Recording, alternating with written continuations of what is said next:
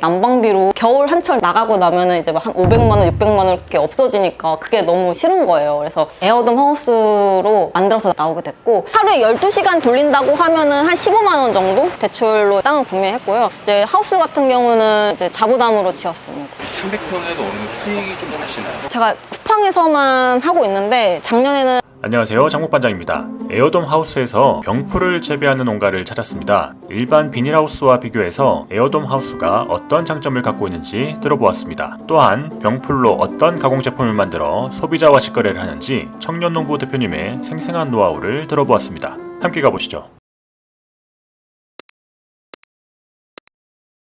파주에 23년도에 귀농을 해서 작년 5월 달에 에어돔 하우스를 다 완공을 하고 현재는 이제 병풀이라는 작물을 재배를 하고 있는 강채영이라고 합니다. 오늘은 좀 에어돔 하우스에 대해서 좀 설명을 드리려고 해요.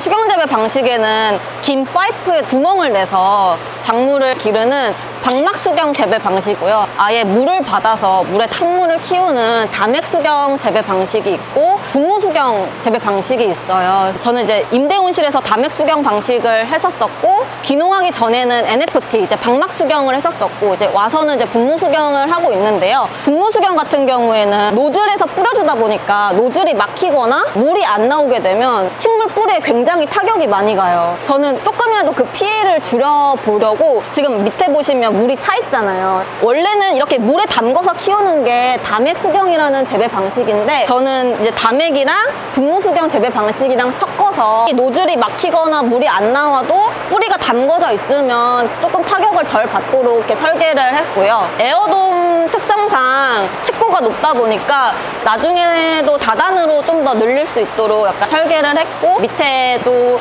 재배를 할 수 있게 지금 설계를 다 해놨습니다. 이 왼쪽에 있는 이 기계랑 이 가운데 있는 기계는 이제 냉난방기예요. 그래서 요즘은 전기보다는 지하수를 이용해서 냉난방을 하는 방식이 좀 대세거든요. 왜냐면 전기세도 매우 절약이 되고, 보통 전기 히터 같은 경우는 겨울철밖에 못 쓰지만 냉난방기 같은 경우에는 겨울에도 쓰고 여름에도 이제 유용하게 쓸 수 있기 때문에 도움이 되는 것 같고요. 물로 이렇게 냉난방이 되는 거예요? 네, 지하수를 이용해서 그 내부 열교환기가 있어서 지하수가 보통 한 15도 정도 된다고 해요. 열교환기를 지나면 여름철에는 차가움을 주고 반대로 겨울에는 열을 주고 냉난방이 된다고 들었거든요. 그리고 이쪽이 이제 에어돔에서 바람을 불어 넣어주는 곳인데, 바람이 불어 나와서 이 시설이 유지된다고 보시면 될 것 같아요. 이 평수를 유지하는데 냉난방기 비용이 어느 정도 들어요? 한 달 전기 비용이? 하루에 12시간 돌린다고 하면은 한 15만 원 정도? 이게 지금 몇 평이에요? 300평. 300평? 20시간 정도 돌려봤는데 한 24만 원 정도 나오는 것 같아요. 처음에 한 39kW 정도 신청을 해가지고 쓰고 있었는데, 이게 점점 시설이 추가되다 보니까 뭐 팬도 추가되고 에어컨이나 건조기 추가되고 냉난방기 추가되고 막 이러다 보니까 이게 전기가 부족하더라고요. 그래서 지금은 49kW를 쓰고 있거든요. 근데 전신주에 선이 굵은 게 들어오면 그 이상으로 끌어도 되는데, 저희는 그 전신주에 굵은 줄이 아니라 얇은 줄이 들어와요. 그래서 이 얇은 줄은 최대가 49kW라고 하더라고요. 일단 최대로 할 수 있는 49kW로 지금은 쓰고 있어요. 이제 수경 재배를 제가 하잖아요. 근데 처음에 자금이 그렇게 많이 없어서 지하수를 팔 때 소공이라고 제일 작은 사이즈거든. 그게 한 250만 원 정도 하는데, 하다 보니까 지하수 양이 너무 부족한 거예요. 왜냐면 냉난방기도 지하수를 쓰는데 지금 저 10톤 탱크도 이제 지하수를 쓰다 보니까 소공으로는 감당이 절대 안 되더라고요. 그래서 저는 이제 대공으로 한 번 더 뚫었는데, 대공은 한 1,000만 원 정도 들고 이제 소공을 이제 안 쓰기 때문에 이제 땅에다가 250만 원을 버린 꼴이 됐어요. 그래서 여러분들 만약 수경 재배를 하신다고 하면 꼭 대공으로 파셔가지고 저처럼 땅에 돈 버리지 마시고 하셨으면 좋겠습니다. 양액기가 생각보다 고장이 자주 나요. 좀 AS가 잘 되는 큰 기업 양액기를 쓰시는 거를 추천드리고요. 어떤 거죠?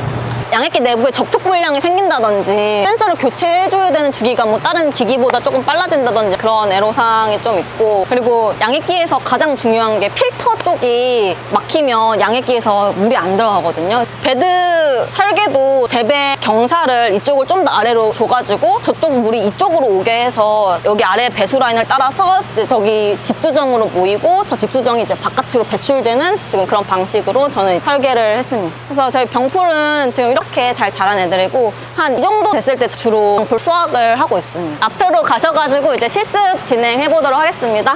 농가마다 식물의 육묘 방식 다 다를 거예요. 저는 펠릿이라는 배지를 사용을 하고 있어요. 코코피트 성분인데 이제 물에 들어가게 되면 이렇게 부풀거든요. 그래서 이제 병풀 같은 경우에는 스폰지 육묘보다 펠릿으로 육묘를 해주고 병풀은 단연생이에요. 그래서 한 3년까지는 한 포트로 계속 키우거든요. 그래서 저 같은 경우는 이제 저 혼자서 하다 보니까 그렇게 일손이 많지도 않고 그래서 한 번에 끝내야겠다 싶어서 저는 이제 저만의 육묘를 하고 있는데 툭 심어주면 되는 방식이거든요. 보시면 포트에다가 펠릿을 넣어주고요. 만드신 포트를 구멍에다가 넣으신 다음에 여기 보시면 이게 런너예요. 이 포트까지 닿아야 되니까 이 중에서 가장 긴 런너를 선택을 하셔서 어디를 꽂든 다 잘 나와요, 뿌리가. 이 부분의 앞 말고 뒤쪽을 꾹 눌러주세요. 앞에를 눌러서 줄기가 닫히게 되면은 생육에 잘 안 될 수 있으니까 뒤쪽을 꾹 눌러주시면 돼요.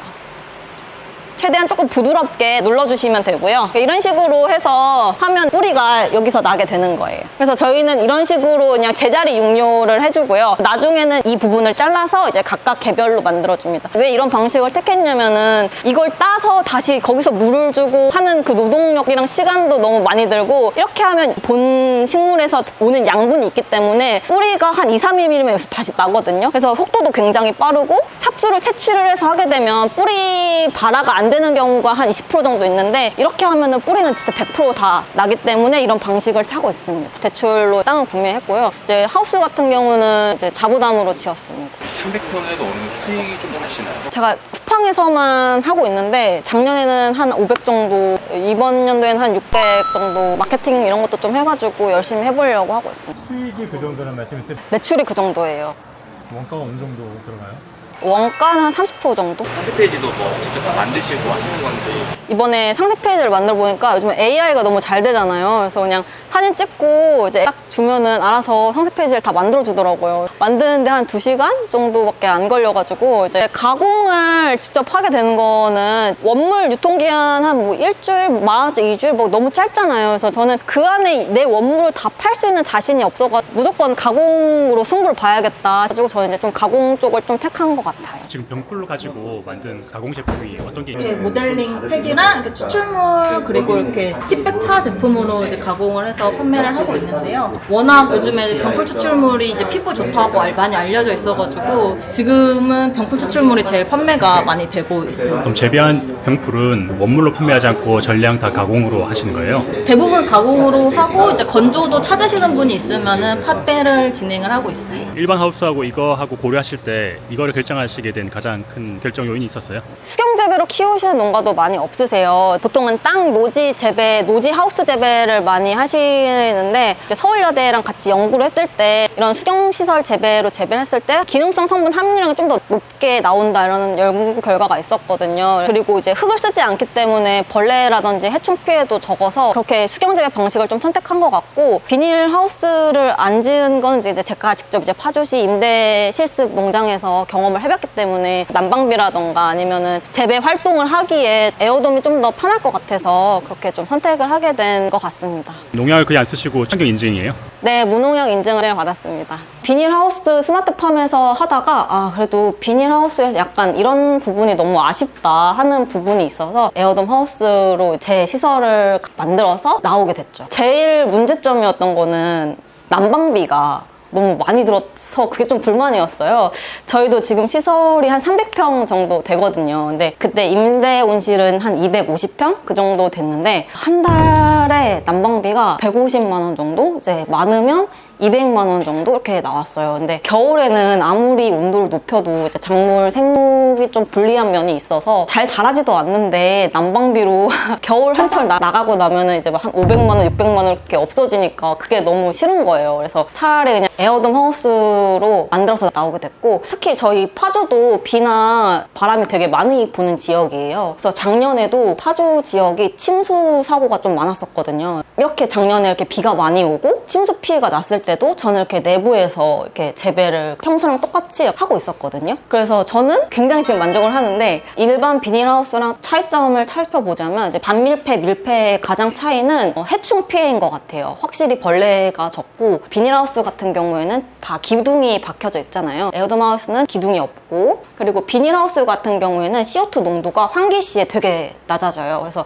환기할 때 보면 CO2 농도가 180ppm까지 낮아지거든요. 평소에는 300ppm 정도 되는데 저희 하우스는 한 360에서 400 정도 이제 일정하게 유지가 되는 그런 장점이 또 있고 비닐하우스 같은 경우에 비투과율은 90% 정도 저희 에어돔 하우스 같은 경우에는 88% 정도인데 산란광이라 작물에게는 더 광적으로 좀 더 좋은 것 같고요. 비닐 교체 주기도 일반 하우스는 4, 5년, 에어돔 한 8년 정도 보시면 될 것 같고 난방비도 조금 다르게 측정이 된다. 장단점 같은 기둥이 없고 공간 활용이 되게 용이하다는 특히 좀 남쪽에 있는 에어돔 하우스일 경우에 여름철 진짜 한 40, 50도까지 올라갈 거예요. 저희도 40도까지는 올라가거든요. 여름철에. 근데 지금 저희는 여름에도 해야 되니까 위에 차광막을 설치를 했는데 열대작물 같은 경우에는 그렇게 고온이라도 잘 자라니까 그런 작물 재배하기에는 정말 좋을 것 같고 딸기나 토마토 같이 겨울철에도 재배하는 작물은 정말 좋은데 여름철에도 길러야 된다고 하면 고온 피해가 있을 수 있다는 점 좀 단점이라고 하면 시설 초기 비용이 좀 높다는 그런 점이 있고요. 표준화가 부족해서 제가 부품을 바꾸고 싶어도 스스로 바꿀 수 있는 부품이 없다 보니까 좀 그런 게 좀 한계가 있는 것 같습니다.